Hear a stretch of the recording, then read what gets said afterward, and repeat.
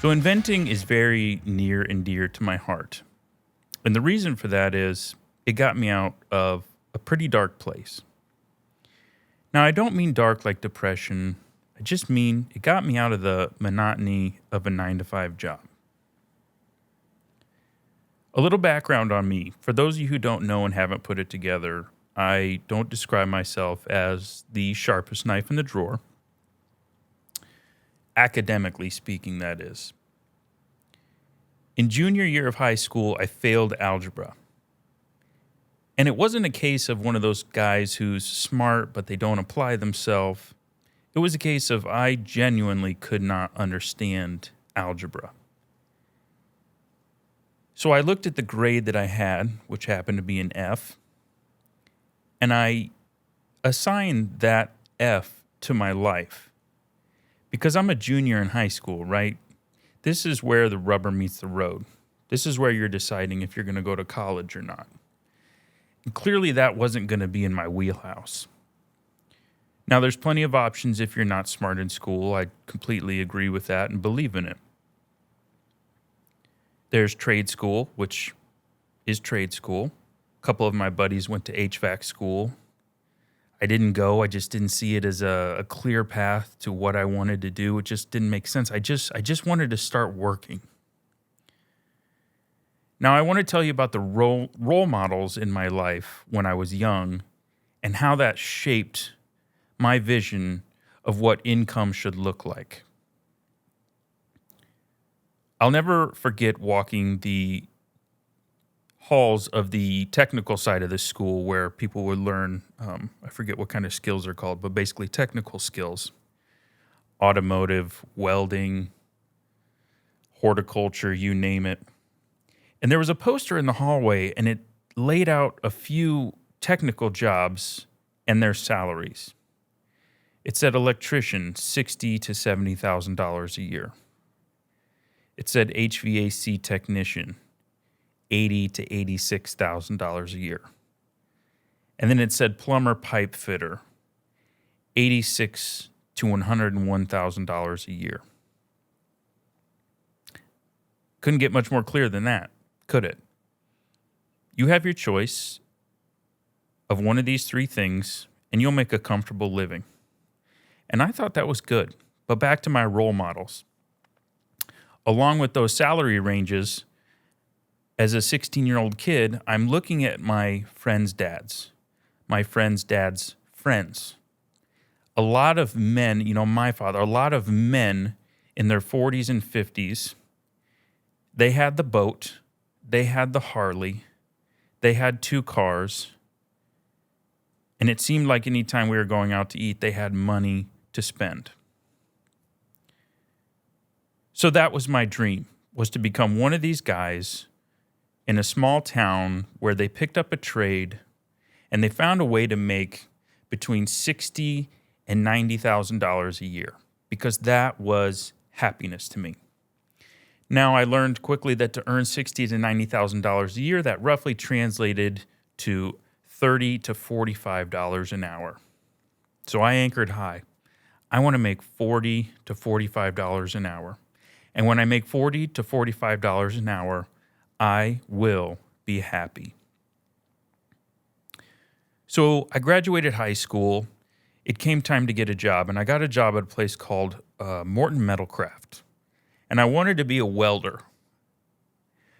But the problem was I had such high anxiety at that time in my life that my hands would tremble like a dog trying to poop out a peach seed. So I failed the welding test, and I'll never forget when I went into the office at the end of my welding test, he handed the head of HR a sheet of paper, and it basically said he did okay, but he was so nervous his hands were trembling. And I had been lying to myself. I thought no one notices but me, and that was when I realized that was going to be a big hindrance in my professional career. But I didn't let it stop me. So the recruiter from the HR, he called me the next day, said, good news, bad news. You failed your weld test, but we have a job for you as a powder coater.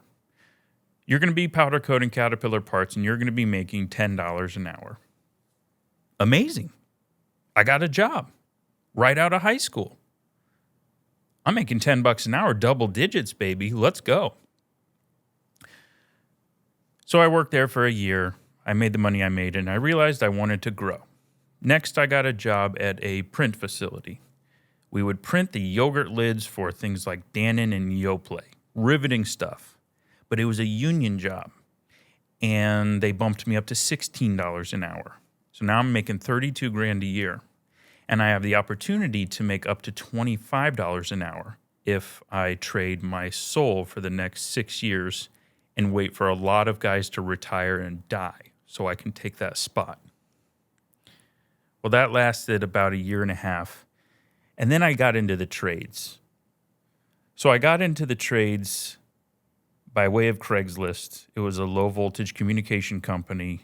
They didn't have to, they were a union shop that wasn't required to hire through the normal channels that a union is. And they were able to hire off the streets. So I blew them away with my resume and my phone call. I said, I don't know anything about what you do, but here's what I can tell you. I am your Johnny on the spot, your number one guy. I will learn anything. I am a good customer facing individual, and I'm young. Shape me, mold me. So they hired me. Now I'm back to $12 an hour, but that's okay because I know one day I'm going to be making $30 an hour. Within a year, I was making $30 an hour. They skipped through all the steps. Boss really wanted to keep me on. So now I'm 21 years old, making $30 an hour, which is $60,000 a year. And I've made it, right? I hit that $60,000 to $90,000 area. And so I start spending money, and I'm spending money like it's going out of style. And my vice was my garage and my tools. So I had the top of the line steel blowers and edgers and weed whackers, gardening tools, you name it. Anything steel I could get my hands on, I would buy. I bought a close to new Chevy Avalanche. I bought a house. And within no time, I was pretty much living the boring life in my house. Dating on and off, yada, yada, yada. It wasn't too long that I realized $60,000 to $90,000 wasn't enough. But I thought, well, maybe it's because I'm making 60. Maybe it's because I'm not making $75,000. So with raises and with overtime, I made $75,000. Life didn't change. Well, and I thought, well, if I could just make 90, that's like $1,000 a week, after taxes. If I could just make $1,000 a week after taxes, I'll be happy. Well, at about that time, I moved to California with some friends, and I got a job at AT&T doing line work, and I was making 90. That was kind of a skewed perception of reality because that was a temporary job. So I was telling myself that 90 was enough, but I wasn't happy because I didn't have certainty at this job. See, I was a term at this job. But then it happened for me. Finally, at the ripe old age of 28, I was a made man because I got a job at Los Angeles County as a communications tower and line worker.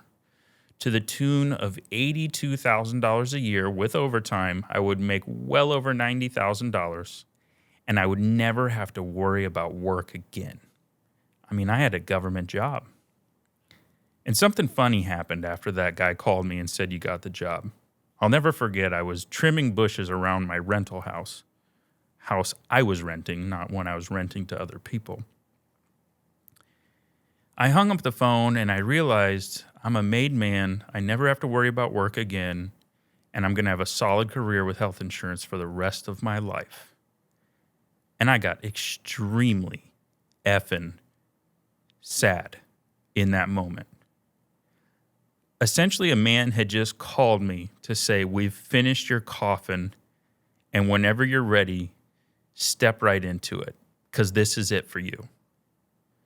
When you're young, you have dreams of having really nice things. You have dreams of really providing. You have dreams of buying your daughter the Mercedes when she turns 16, or getting your wife the Prada purse once a month. Yeah, maybe you can do all that stuff on the types of jobs I've been describing, the middle income, the white collar, the blue collar, what have you, but you are going to be tapped out. And what I didn't know about those role models in my life when I was growing up with the Harleys, the boats, the cars, going out to restaurants, is that they were in fact tapped out, right? You can spend money like you're rich, or you can actually be rich. So I was feeling pretty empty my second year at Los Angeles County. And the reason was I was basically doing nothing all day.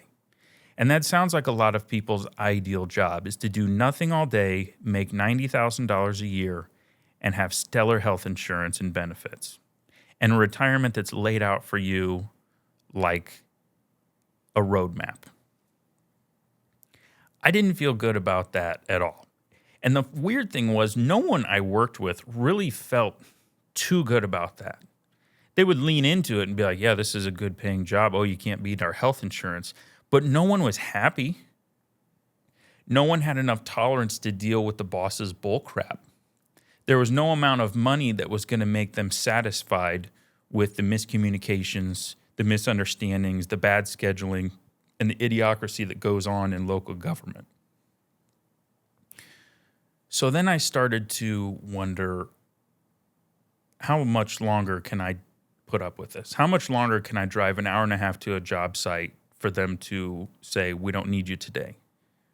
And then calling the boss and saying, take the slow road home, which was a short way of saying, find something to do all day long in your truck and come back at the shop and clock out at 5 o'clock at night. Let me tell you something, that makes for a really long day. So I'm getting to the point of my story, and the point of this episode is, what's your motivation?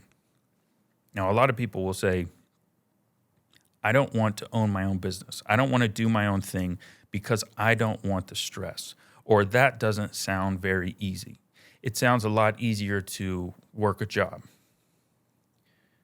Well, I've started a business, I've built a business, and what sounds hard to me is waking up every day and going to a job you're not fond of, giving 1/3 of that paycheck to Uncle Sam in taxes, and having a 401k or retirement plan that, be honest, you don't completely understand and is completely subject to other people's actions. And what do I mean by that?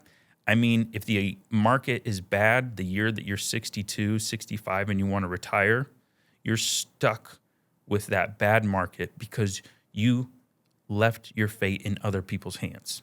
I'm getting into the nitty-gritty of investments, but that sounds a lot harder to me than the alternative, which is inventing a product, starting a business, building a brand, and bringing people to you and giving them something they like so much they're willing to pay for it. Keeping $100 when you receive $100 and figuring out how you want to repurpose that $100 to best build your business. Building your business on pre-taxed money. You understand that? You're building a business on pre-taxed money.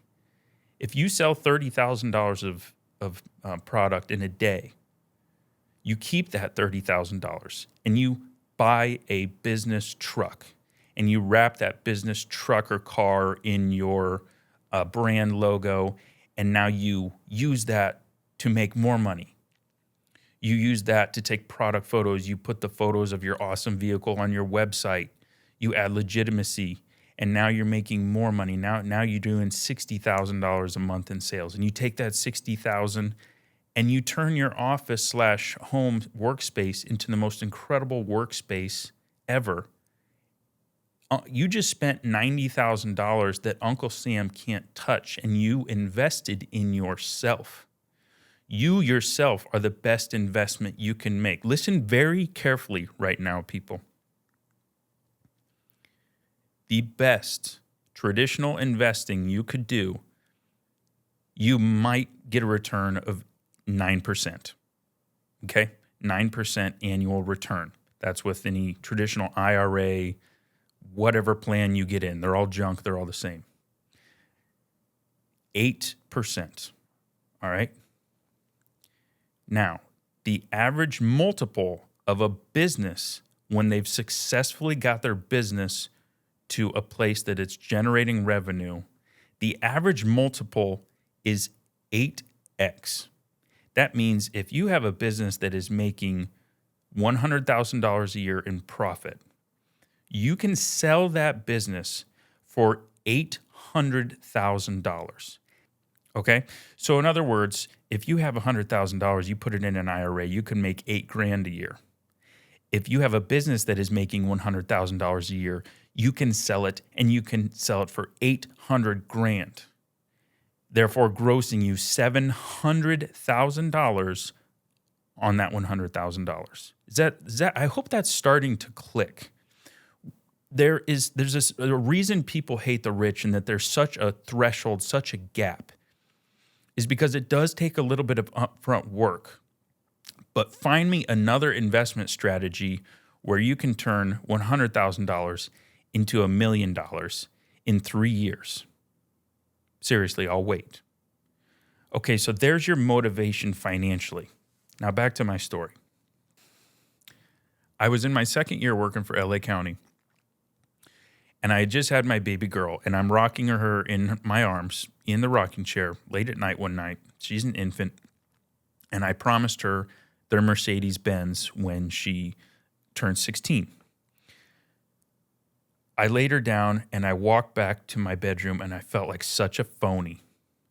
I just promised my daughter a Mercedes-Benz, and I have no plan or strategy to make that happen without completely depleting my family's funds, tapping out my monthly expenses, what have you. It wasn't realistic. And that was when I knew I had to make a serious change. Now, I, like a lot of people, had invention ideas both in my memory bank from ever since I was a kid to on my phone. I had them all over the place. Now, I decided to take the invention idea that was most relevant, and I didn't know any of the stuff I just preached to you for the last 20 minutes. I didn't know any of the stuff about investing or what the worth of a company was or a product or something you could replicate and sell over and over again, whether you sell it to one person or a million people. The process is the same. You're just scaling it up. I didn't understand that, but I knew I had to figure it out. So if this is starting to sound like you have an invention idea, you just don't know how to bring it to market. This is most people's case, okay? And this is where they say, I just don't want all that drama. I just don't want all that work. Then keep waking up at 6 a.m. Keep laughing at your boss's jokes. Keep wondering if you're going to get a lunch break today. Keep giving Uncle Sam a 30-year paycheck before you even see it. Keep on keeping on. Because every job has a place in society and in this economy. So more power to you. But if some of this is starting to make sense, if some of this is starting to make you think, I could do this. If a guy who couldn't pass junior standard track algebra can do this stuff, and no, I wasn't a whiz in any other subject. I was a C student through and through who couldn't pass algebra. Okay, I just had a mind that wouldn't stop. I had a level of perseverance that wouldn't stop. And I was selective with it. It didn't mean I was the best at track because I would run the longest, or I was the best at basketball because I would practice the hardest. I was very selective in what I was persistent about. Just because you've been mediocre or a screw up or you've failed a class, just because you've been that way your whole life doesn't mean that that can't change in your 20s, in your 30s, in your 50s. I've seen it happen, okay? Watch the movie Founder. Michael Keaton played Ray Kroc, the founder of McDonald's. He did that shit in his 50s, okay? He was basically a failed salesman until his mid-50s when he said enough is enough. And that's what I'm asking you to do today. decide that enough is enough. Now, I'm not in a position where I'm rich.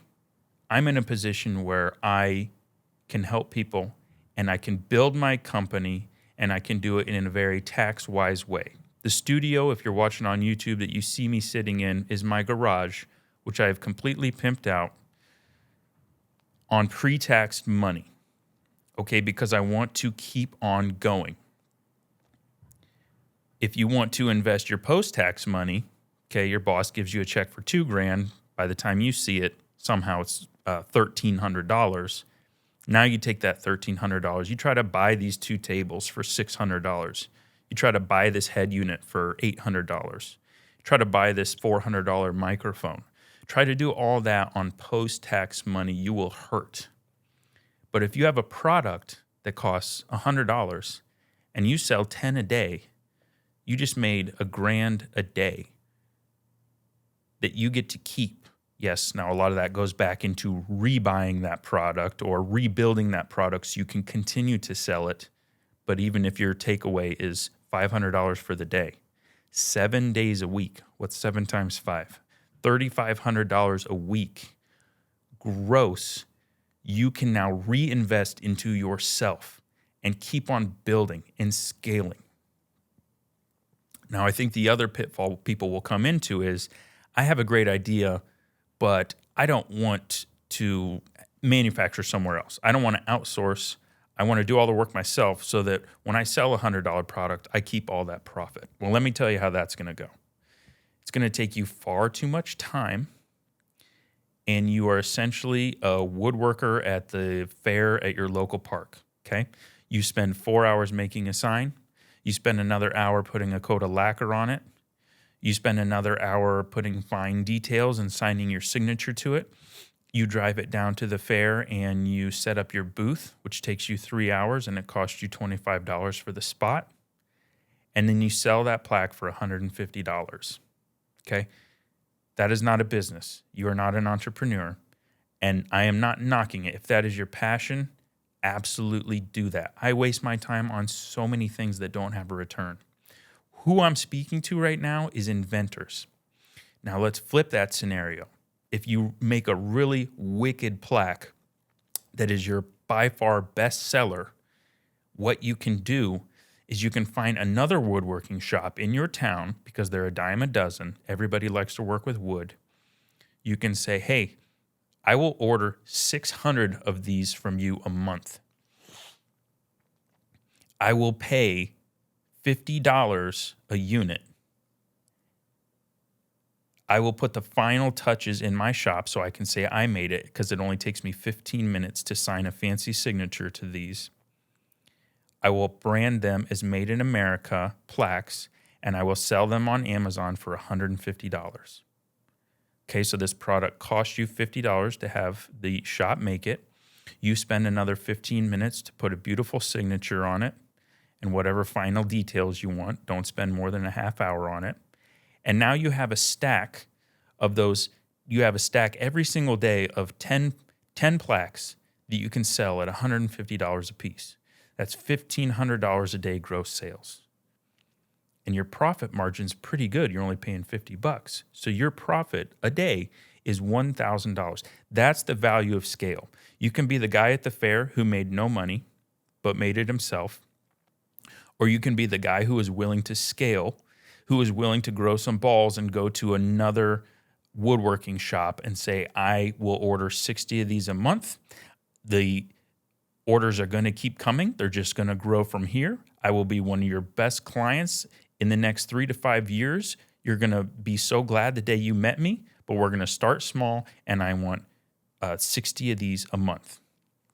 Okay, you have the balls to have the foresight to know that this is an idea you can scale. Now you have to continue to scale this idea. You take your idea to social media. People already know you. You already have local followers because you go to the fairs. But now you start to branch out and you get followers from New York, Florida, Pennsylvania, Nevada, California. And now people on a larger scale are seeing your product and they're going to Amazon or your website to buy it. Now you're not ordering 60 a month from the local wood shop. You're ordering 120, and you're ordering 1,000. And you're not selling 10 a day, you're selling 30 a day. You're selling 50 a day, you're selling 100 a day. Okay?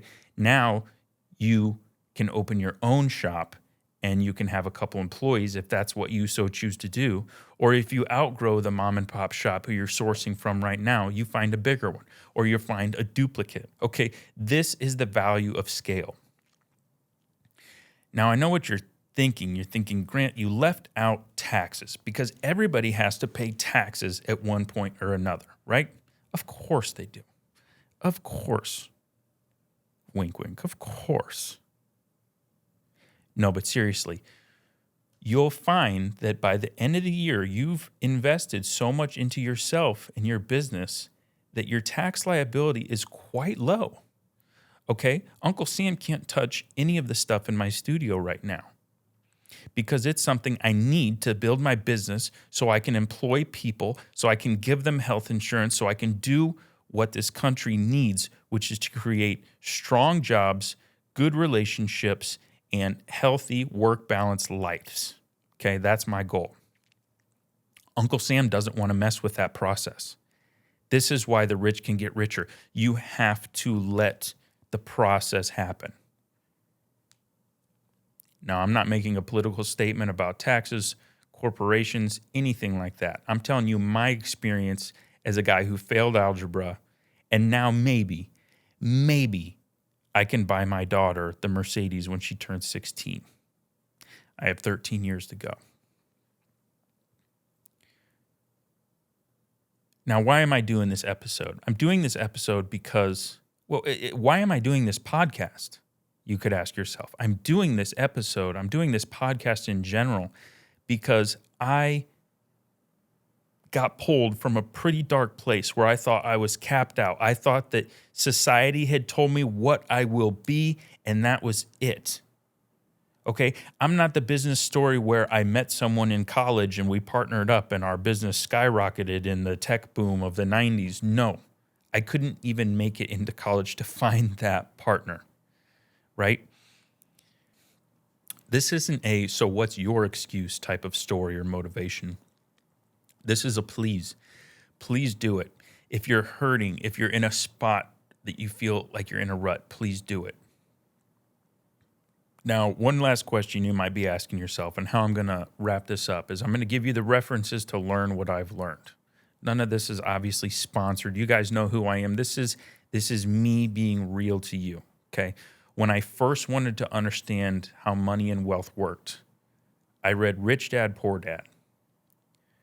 All right, I listened to it on audiobook and I read it paperback. Probably never even finished it paperback because I hate reading.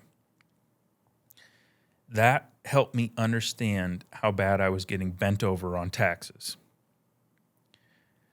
All right, the next book that I listened to was The Millionaire Fast Lane. I believe his name is DeMarco. That helped me understand the script that I was following, the mundane, robotic, do what you're told life I had assigned myself to. The find a good job, the be a good employee, the get up early, show up on time, first one there, last one out mentality at a job. It helped me see that those were, in fact, the things that were going to keep me poor and keep me in that system for eternity. School does a very good job of driving that into your brain. I can't count how many people I run into, and they value stability.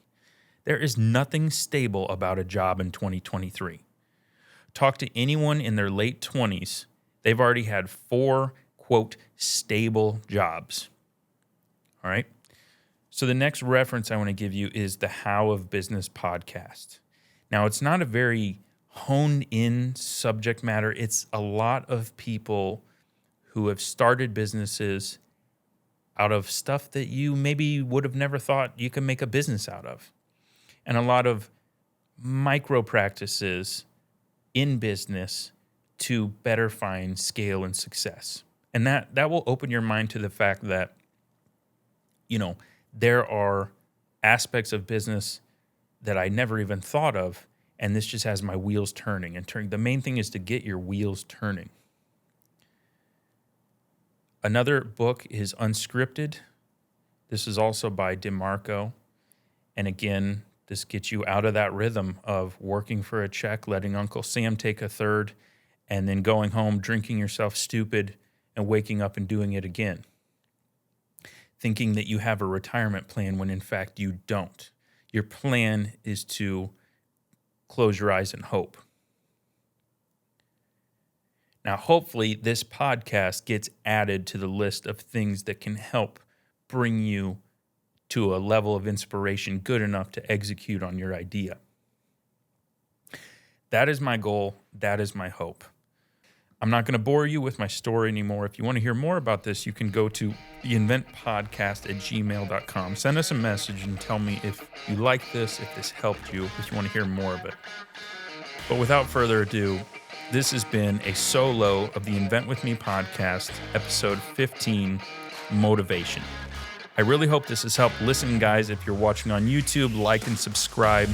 If you're listening to the podcast, certainly follow the show on whatever platform you may be on. Remember, Marcus and I took the punches so that you don't have to. So at the end of the day, take advantage of that. Thanks for stopping by, guys. We'll see you on the next one.